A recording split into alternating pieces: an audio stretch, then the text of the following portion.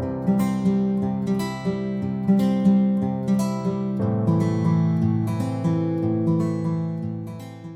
didn't think a kitchen could ruin a family, but mine did the night our smart speaker took my wife's voice and turned it into a headline.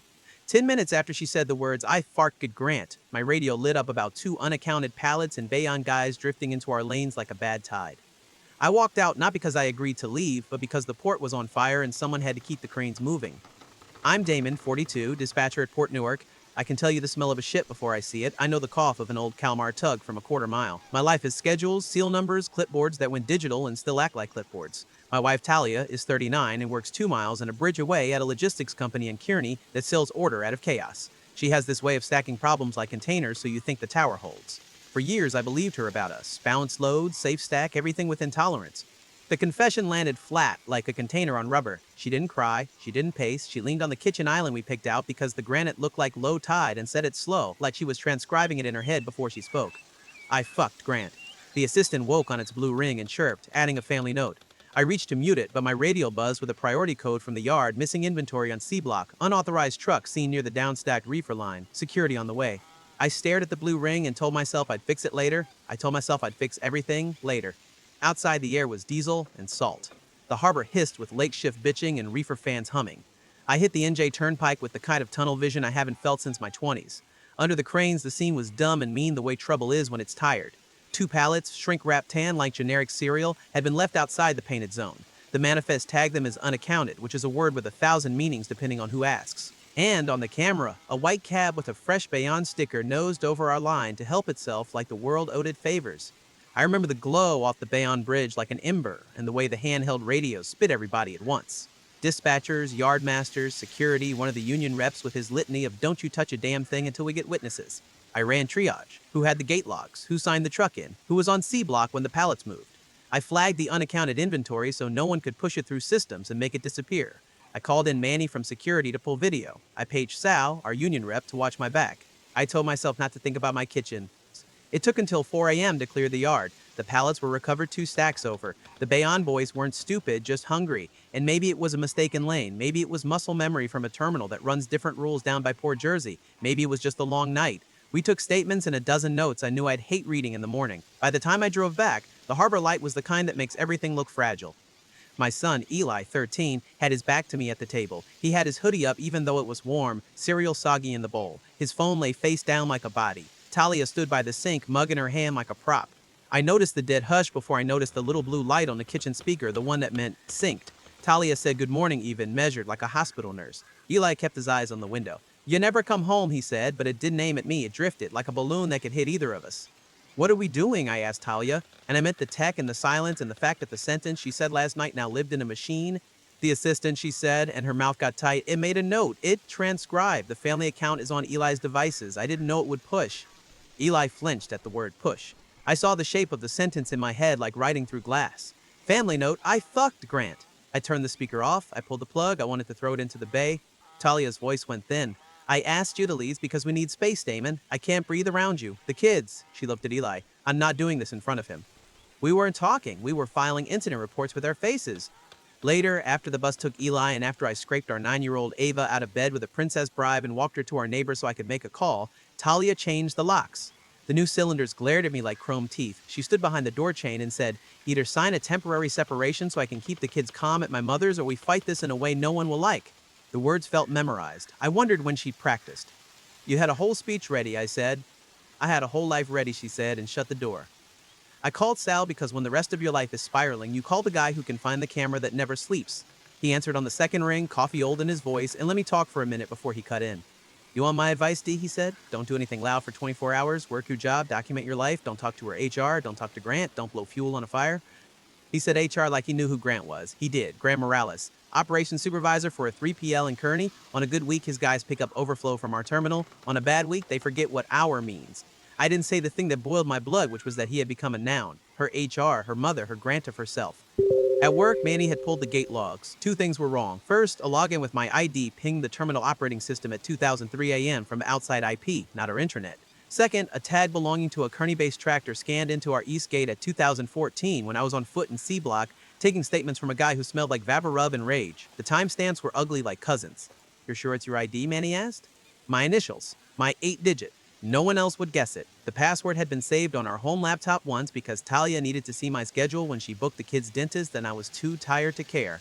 I tasted the memory like sour coffee. If the password manager synced to the cloud, if the browser cached it, if she... Don't, Manny said. Don't finish a story you don't have. But lock your account and talk to the compliance folks before rumors do. Rumors arrived hungry. By noon, I heard the station gossip that I'd let a buddy through. By 1, I heard that the Bayonne incursion was payback for me undercutting their dispatch. By 2, Sal sent me a text, keep receipts of everything domestic. Don't respond to anything she writes except to agree to see the kids. Keep food receipts, school pickups, all that. It was a strange comfort to have a list. That night I stayed at a Days Inn on US 1, 2 exits from the port, with a view of a Wawa and the stale kind of ice machine that hums like a sick whale. I sat on the bed with the notebook they give you and wrote times, when I left home, when she changed locks, when Manny called, when I picked up Ava's ballet bag from the porch, how it smelled like crackers and little kids' sweat. I wrote until the pen left a groove that kept going after the ink ran out. At 2 in the morning, in the blue television light, I downloaded the app for the smart speaker. It had a perky icon like a hug. The activity feed was a spine of tiny betrayals. Weather check. Timer set for roasted broccoli. A voice command at 12:14 a.m. 2 nights ago, call Grant. The call lasted 5 minutes.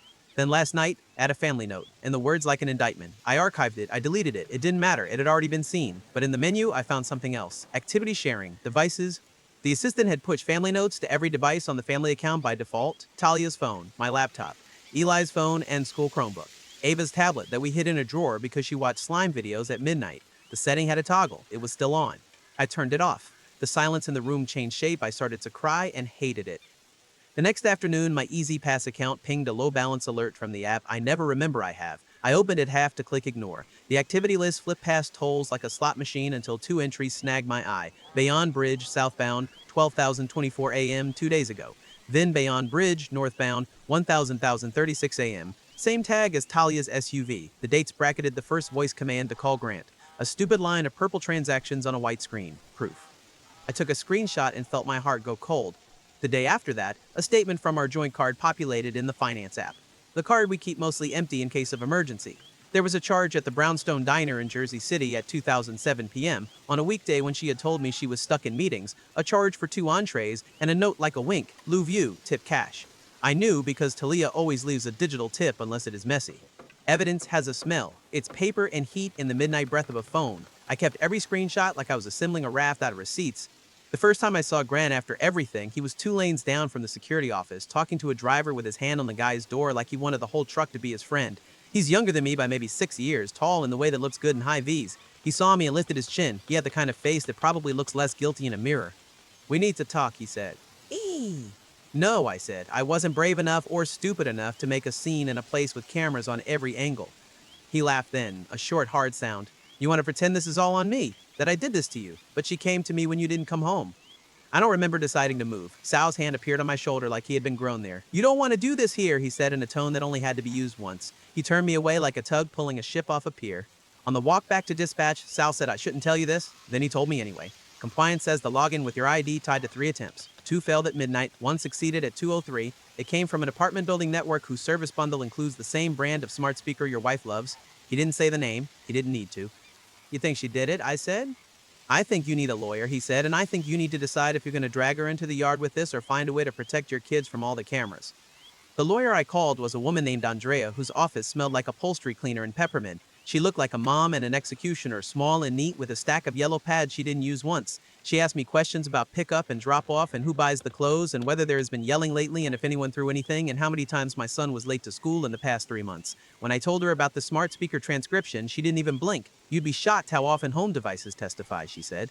Then she asked me to send everything I had, all the logs, all the toll screenshots, all the credit card statements, all the time she changed the locks, all the texts. She used the word evidence like it meant life jackets.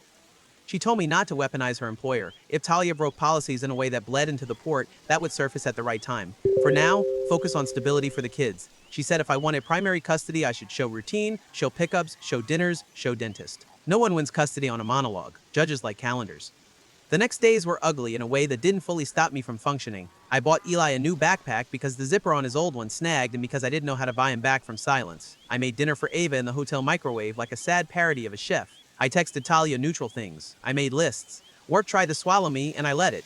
APM's cranes moved on swing, the bridge glowed orange at night, and the yard dust made the back of my throat feel like paper every time I talked.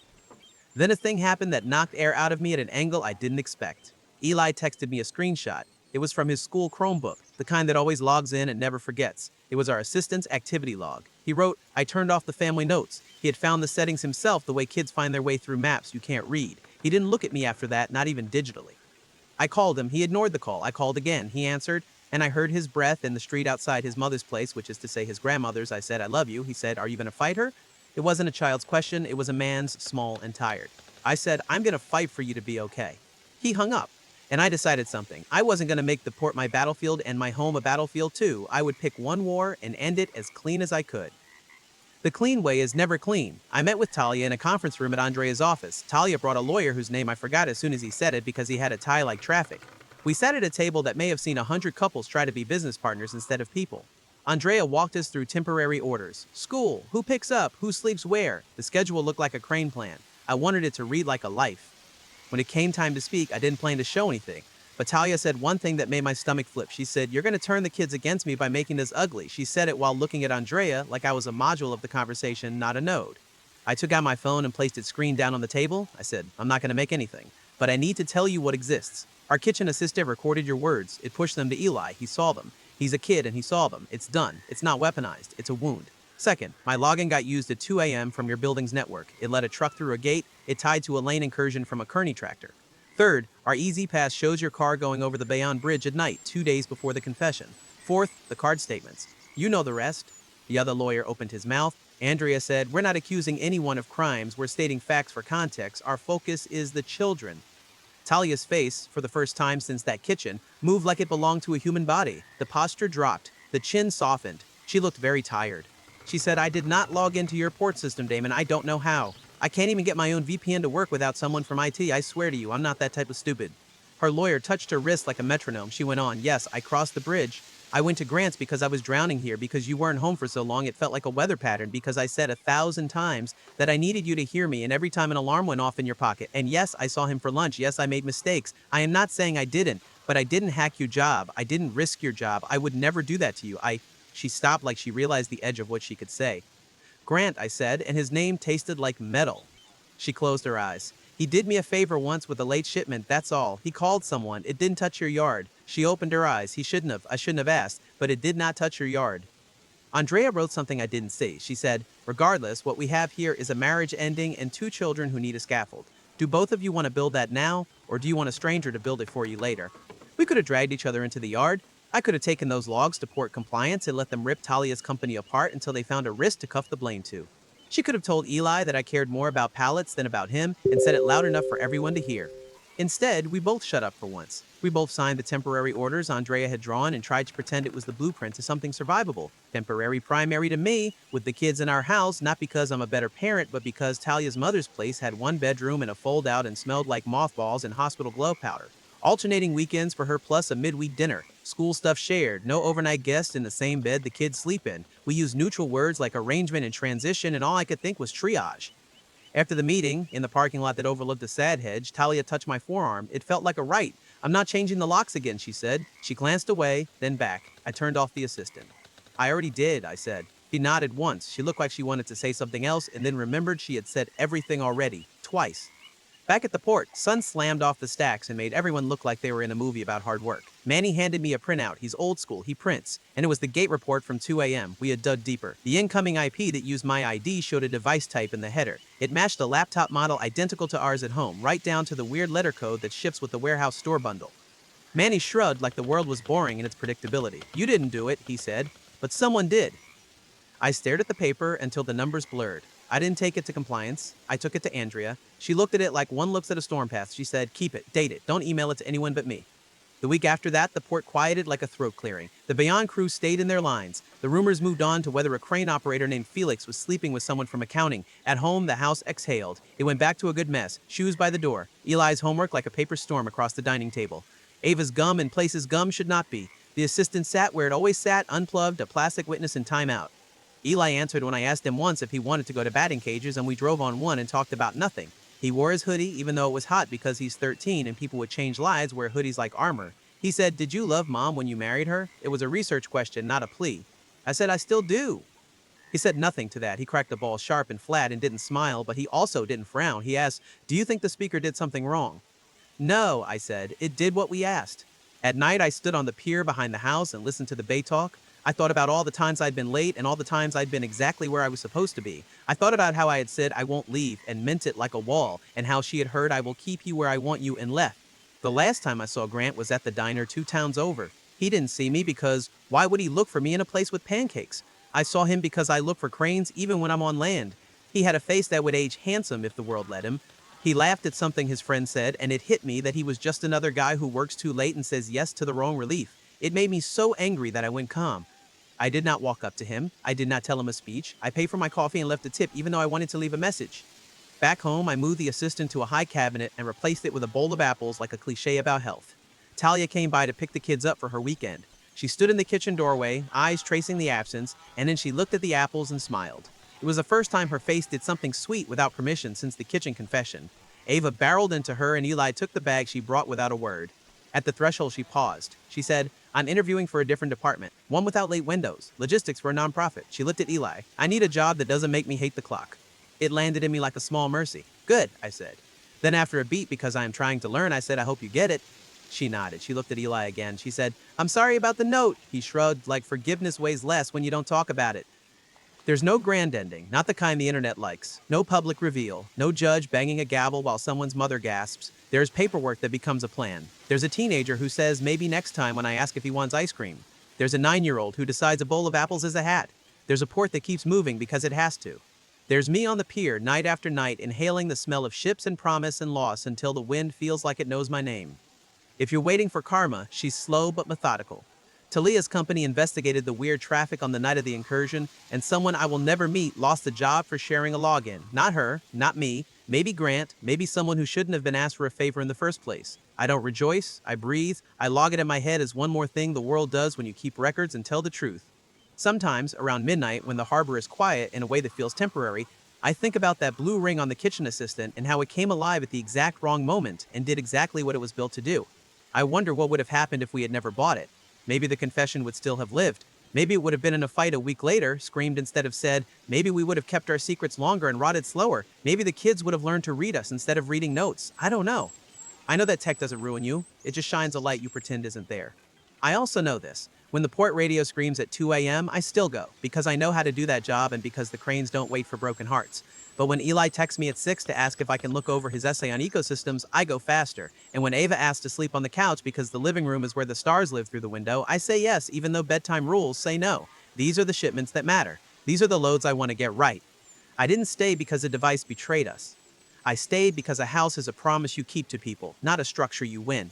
We will sign more papers and we will cry more on mornings when the tide pulls.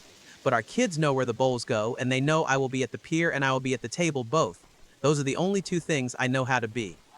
What would you have done in my place when a machine turned your private ruin into proof on your child's phone? Do you value the quiet of keeping a family together more than the truth of what the family is? If this story hit you, stick around by liking or subscribing.